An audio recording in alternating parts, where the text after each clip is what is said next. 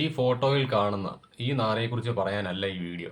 അല്ലെങ്കിൽ സ്വന്തം ഭാര്യയെ സ്വന്തം തന്ത കയറി പിടിച്ചു എന്ന് അവൾ പരാതി പറഞ്ഞപ്പോൾ അച്ഛനും കൂടി വേണ്ടിയിട്ടാണ് ഞാൻ നിന്നെ വിവാഹം കഴിച്ചത് എന്ന് പറഞ്ഞ ഈ കൊലയാടി മോനെ കുറിച്ച് പറയാണ്ട് എനിക്ക് താല്പര്യമില്ല. എനിക്ക് പറയാനുള്ളത് ഈ കേരളത്തിലെ മാതാപിതാക്കളോടാണ്, പെൺമക്കളുള്ള ഓരോ മാതാപിതാക്കളോടും.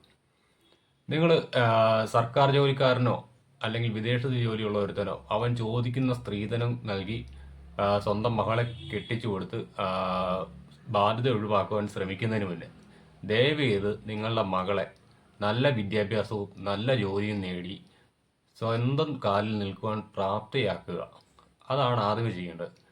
അല്ലെങ്കിൽ നാളെ അവൾ കയറി ചെല്ലുന്ന വീട്ടിൽ, അതായത് നിങ്ങൾ ചോദിക്കുന്ന പൊന്നും പണവും നൽകി അവളെ കെട്ടിച്ചു വിട്ട് ആ വീട്ടിൽ ചെന്ന് കഴിയുമ്പോഴത്തേക്ക് അവൾക്ക് പട്ടിയുടെ വില പോലും കിട്ടില്ല. ഒന്നാമത്തെ കാര്യം. രണ്ടാമത്തെ കാര്യം, അവൻ വീണ്ടും വീണ്ടും സ്വർണവും പണവും ചോദിക്കുമ്പോൾ നിങ്ങൾ എവിടെ നിന്ന് എടുത്തിട്ട് കൊടുക്കും? അതേസമയം അവൾക്ക് സ്വന്തമായിട്ടൊരു ജോലിയോ വേലയോ കൂലിയോ ഉണ്ടെങ്കിൽ, സ്വന്തം കാലിൽ നിൽക്കുവാൻ കഴിയുമെങ്കിൽ അവൾക്ക് നിങ്ങളെ ആശ്രയിക്കാതെ അല്ലെങ്കിൽ അവൻ്റെ ആട്ടും തുപ്പും കേൾക്കാതെ എവിടെയെങ്കിലും സ്വസ്ഥമായിട്ട് ജീവിക്കാനുള്ള കഴിവ് കിട്ടും, ഒരു പ്രാപ്തി നേടും.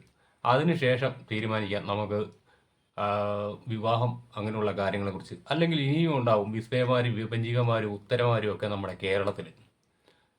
അതിൽ ഒരാളായിട്ട് നിങ്ങളുടെ മകൾ മാറണമെന്നുണ്ടെങ്കിൽ ചോദിക്കുന്ന സ്ത്രീധനം നൽകിക്കൊണ്ട് ഇത്തരത്തിലുള്ളവന്മാർക്ക് സ്വന്തം മകളെ കെട്ടിച്ചു കൊടുക്കുക.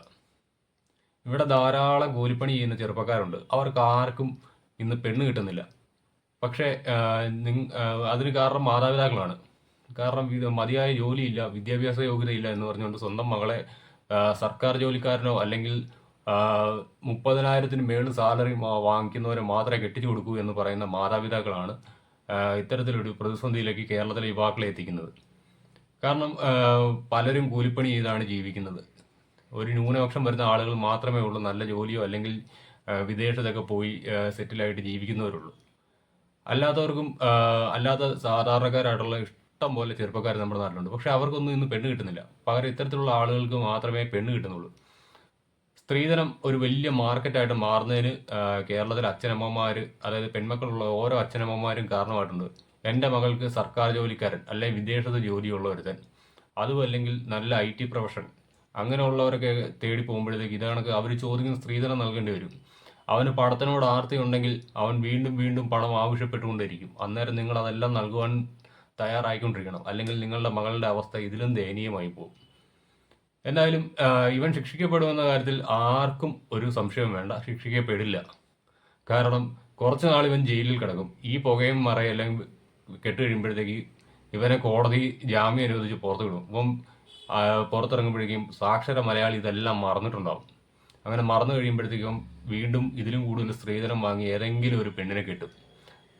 കുറച്ച് കഴിയുമ്പോൾ അവരതിനെ മടുക്കും. അല്ലെങ്കിൽ അവൻ ചോദിക്കുന്ന പണം കിട്ടാതെ വരുമ്പോൾ അവൻ അതിനെ മടുക്കുമ്പോഴത്തേക്ക് നാളെ അതും ഒരു മുഴം കയറിലോ അല്ലെങ്കിൽ ഒരു ബോട്ടിൽ വിഷത്തിലോ സ്വന്തം ജീവൻ അവസാനിപ്പിക്കും. അന്നും നമ്മൾ കിടന്ന സ്ത്രീധനത്തിനെതിരെ ഇങ്ങനെ അലമുറയിട്ട് കരഞ്ഞുകൊണ്ടേയിരിക്കും. എന്തായാലും സ്വന്തം മകൾ ഇതേപോലെ ഒരു വാർത്തയാവണോ വേണ്ടതെന്ന് കേരളത്തിലെ ഓരോ മാതാപിതാക്കളുമാണ് ചിന്തിക്കേണ്ടത്.